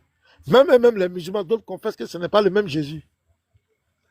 Que ce n'est pas le même Jésus. Donc, c'est un peu ça. Ce n'est pas le même Dieu. Je peux vous donner, par exemple, quelques exemples. Je vous donne l'exemple. Anyway, on va faire un petit exercice. On va faire deux. D'accord. Vas-y, pasteur. Pasteur, Parce que je vois que Pasteur est en train de bégayer, sa connexion dérange un peu. Voilà. Maintenant, bien-aimé Unique Boy, vous avez la parole. Si, s'il vous plaît, est-ce que vous pouvez continuer Ok, d'accord. Sur cette thématique de la divinité, Oui. voilà, il faut retenir une chose. C'est qu'il n'y a pas un seul musulman prêt à défendre son Dieu. Ça n'existe pas. Ça n'existe pas. Pourquoi? Parce que déjà leur Dieu est un faux Dieu. Et le musulman n'a pas été enseigné sur son Dieu. Le musulman a été enseigné uniquement sur une seule thématique. Jésus n'est pas Dieu. Et nous, depuis nous avons commencé l'interreligieux avec eux, depuis nous sommes arrivés sur les réseaux sociaux, nous avons mis cette thématique dans les placards. C'est terminé. Nous avons mis fin à la divinité de Jésus parce que nous l'avons prouvé plusieurs fois.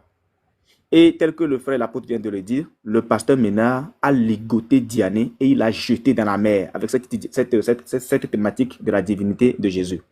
Donc, depuis que nous avons mis fin à cette thématique, les musulmans ont commencé par fuir. Aujourd'hui, quand vous écoutez les musulmans, qu'est-ce qu'ils diront? Ils diront non, laissez tout ce que vous faites, revenez dans le vrai interreligieux. Le sujet, Jésus n'est pas Dieu. Vous avez entendu? Donc, pour le musulman, l'interreligieux se limite à la divinité de Jésus. Point barre. C'est pour ça que quand tu prends le musulman aujourd'hui, sur n'importe quelle thématique, le salut, leur prophète, leur Dieu, le tawaf, c'est-à-dire les 7 tours qu'ils font à la Mecque, le va-et-vient entre le Safa et le Marwa, quand tu le prends sur le puits de Zamzam, quand tu le prends sur la Mina, quand tu le prends sur le mont Arafat, quand tu le prends sur la Muzdalifa, quand tu le prends sur les 3 stèles, là où ils partent jeter les cailloux à Satan, quand tu le prends sur tous ces points, le musulman devient ignorant. Pourquoi? Parce qu'ils n'ont pas été enseignés dessus. Quand tu leur poses la question, alors, dans le Coran, nous avons découvert un truc. Mais avant de poser la question, est-ce que pour toi, en tant que musulman, est-ce que tu penses que le soleil se couche dans la boue? Il va te dire non, c'est pas possible. Mais quand tu lui présentes la sourate 86, où c'est écrit clairement que leur Dieu dit que le soleil que tout le monde voit se couche dans une source boueuse. Mes frères, ce n'est pas rigolo, c'est rigolo. Mais quand tu lui présentes ça, puisque lui n'a pas pris le temps de lire le Coran, il est obligé de réfuter ce que son propre Coran dit. Il est obligé. Donc, il n'y a pas un seul musulman. C'est ce que le pasteur venait de le dire. Si le pasteur a fait sa demande, s'il vous plaît, refaites-le monter. C'est ce que le pasteur venait de le dire. Il n'y a pas un seul musulman pour défendre son Coran, pour défendre son prophète, pour défendre son Dieu. Ça n'existe pas. Et puisque nous sommes sur le panel, nous lançons l'appel à tout le monde. Frère, ton panel est fait pour les débats. Je pense bien. Trouve-nous juste des musulmans qui sont prêts à défendre leur Dieu. Est-ce que Mahomet est un vrai ou un faux prophète? Nous avons lancé une thématique depuis des années, depuis que nous avons commencé là, entre l'apôtre Paul et le prophète Mahomet, le faux prophète Mahomet de l'islam, lequel est un véritable serviteur de Dieu. Frère Doulos, jusqu'à présent, je te dis qu'il n'y a pas un seul musulman qui a répondu à cet appel. Parce qu'ils savent pertinemment que leur Dieu, non seulement il est faux, mais leur prophète est un véritable faux prophète et qu'en dehors de lui, point de faux prophète. C'est lui le sceau de tous les faux prophètes. Le sceau de tous les prophètes, c'est Mahomet, le prophète de l'islam. Donc, cette thématique, nous l'avons mis de côté, c'est-à-dire la divinité de Jésus-Christ est mise de côté. Et nous sommes concentrés maintenant sur les musulmans, sur leur Coran, sur leurs sources et sur leur Dieu. Voilà pourquoi ils nous fuient, parce qu'ils n'ont pas de connaissance sur leur Dieu. Mais comment peux-tu avoir des connaissances sur un Dieu qui ne parle pas? Comment peux-tu avoir des connaissances sur un Dieu qui ne voit pas? Comment peut-il avoir des connaissances sur un Dieu qui a peur de rentrer dans sa création selon eux-mêmes? Un Dieu qui est apparent et le caché. Mais quand tu leur poses la question, apparent veut dire quoi? Ils vont te dire non. Ça veut dire non, il n'apparaît pas, il ne fait pas si. Frère, le musulman a peur. Aujourd'hui, nous avons mis le feu partout. Partout où on passe là, on laisse des traces, on se fait des victimes. Et ils savent que s'il y a seulement un qui monte sur nos panels et qui est ignorant, à force de nous écouter, au bout de 10 minutes, la personne peut apostasier. La personne peut apostasier automatiquement. Donc, bref, frère, sur la divinité d'Allah, nous avons tout détruit. Sur notre passage, on a tout détruit. Mais puisque, peut-être que tu ne nous suis pas trop, tu peux lancer l'appel à tous les musulmans, à tous les prédicateurs musulmans. Dites-leur que la Banda Ménard demande un débat sur la divinité sur leur divinité à eux. Faut leur dire, c'est-à-dire, lance juste l'appel et essaye de voir s'il y a un qui pourra se présenter. Nous demandons clairement un débat sur leur divinité, sur leur Allah. Est-ce qu'il y a un? Ils peuvent choisir entre nous. Il y a l'apôtre, je suis là, il y a le frère Yeshua, il y a tous les frères qui sont là. Il y a tous les frères qui sont là. S'il y a seulement un qui se présente, frère, fais-nous appel. Vous mettez le jour, vous faites l'affiche, vous mettez seulement. Même s'il y a un tout à l'heure en commentaire, frère, non, je vais me muter, lance l'appel. C'est-à-dire, s'il y a un en commentaire, il est un peu tard, mais ce n'est pas encore tard pour parler de Dieu. S'il y a un en commentaire, je vais me muter, 30 secondes, lance l'appel. S'il y a un en commentaire, faites-le monter. Je me mute, 30 secondes, je me mute. Faites l'appel. Il peut pas. On va rester parce qu'ils sont pas là. Il peut pas. Il n'a pas ce courage-là. Voilà. Bon, je veux. Donne le 30 secondes, s'il te plaît. Ça va. On lance l'appel à tout le musulman. Vous êtes là. L'appel est lancé. Si vous êtes là, vous êtes fort. Vous maîtrisez bien votre livre coranique, montez pour défendre la divinité de votre Allah. Donc ça sera sur la divinité de votre Allah. Donc ce n'est pas pour Jésus, ce n'est pas pour la divinité de Jésus, oh non. Donc si vous êtes vraiment fort, donc vous êtes capable de défendre la divinité de Jésus, s'il vous plaît, envoyez votre demande de monter. Donc envoyez votre demande de monter. Donc, si vous êtes fort, de monter pour défendre la divinité de Jésus. Là, c'est l'appel. Donc, c'est un défi que notre bien-aimé Unique Boy a lancé. Donc, si vous êtes garçon, comme on dit chez nous, donc si vous êtes vraiment garçon, pour défendre la divinité de Allah, Unique Boy a lancé un défi pour vous. Envoyez vos demandes pour monter. Donc, je pense que ces défis, je vais aussi lancer à qui? Oustaz, donc j'ai son numéro. Donc, Oustaz qui AK, donc j'ai son numéro. Je pense que je veux aussi demander à lui. Voilà, donc je vais aller lui faire. Ah, donc il y a dans les commentaires. D'accord, mais envoyez votre demande. Voilà, donc envoyez votre demande. Je vois Docteur Oustaz, c'est qui? Donc on prend d'abord Pasteur Mena. Voilà. Je vois il y a Docteur Oustaz, c'est qui? C'est un... Ah, d'accord. Lui, il est chargé d'enseigner les oustas des musulmans. D'accord. Donc lui, ça sera après. Donc mais je vois pas qui je vois pas le frère musulman. Donc je pense que tout le monde a peur parce qu'on a lancé le défi, mais il y a personne qui monte. On retourne vers vous, Unique Boy. Donc on a vu tous que le musulman a peur de monter pour défendre la divinité de Allah. Donc voilà, c'est vraiment clair parce que là, il n'y a pas la demande de musulmans. Je veux montrer à vous parce que je veux pas que ça soit oh non, c'est faux. Donc voilà les demandes qu'il y a là. Il y a que de chrétiens. Donc voilà, il y a que de chrétiens. Il n'y a pas de la demande de frères islam. Donc voilà. Donc il ne faut pas dire oh non, on avait envoyé la demande, mais non voilà. Donc on a prouvé devant vous qu'il n'y a pas la demande. Donc voilà, donc je vis là, c'est qui là? Donc ce qui a monté là, c'est qui? Celui qui venait de monter, c'est un musulman. Bon, c'est encore un élève, c'est un chercheur.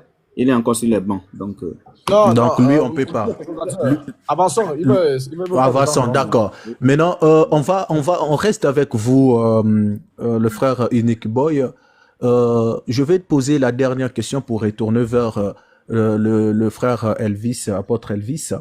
Je suis avec vous. Maintenant, vous avez parlé sur la divinité de Allah, que voilà, vous avez vraiment les informations qu'il faut pour détruire l'islam sur la divinité de Allah. Parce que dès que vous attaquez la divinité de Allah et détruisons la divinité de Allah, donc là, l'islam, c'est vraiment foutu, c'est vraiment mort.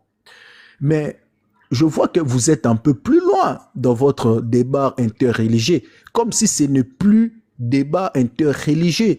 Ça devient des attaques personnelles, ça devient de menaces, ça devient un peu... Est-ce un peu nous expliquer, vous êtes où au juste dans le débat interreligieux? Comme si ce n'est plus le débat interreligieux. Est-ce que vous pouvez nous expliquer un peu là où vous êtes? Parce qu'on n'arrive plus à comprendre, à vous comprendre. Okay. Est-ce que vous pouvez nous expliquer un peu? Vous êtes où au juste? Voilà. Au fait, tu vois, on dit souvent que celui qui veut tuer son chien l'accuse de rage. Je ne sais pas si vous avez déjà entendu cela. Celui qui veut tuer son chien l'accuse de rage. C'est ce que les musulmans font avec nous actuellement. Pourquoi? Nous sommes en interreligieux. Et l'interreligieux, c'est que je permette à l'autre de parler de ma foi et que l'autre me permette aussi de parler de sa foi. C'est ça l'interreligieux. C'est un échange d'idées. Nous échangeons juste les idées sur nos foi à nous. Mais le problème avec le musulman, c'est qu'il veut parler uniquement que de notre foi à nous. Le musulman ne veut pas qu'on parle de sa foi. Le musulman ne veut pas qu'on touche à son livre. Le musulman ne veut pas qu'on touche à son prophète. Le musulman ne veut pas qu'on touche à la mère des croyants.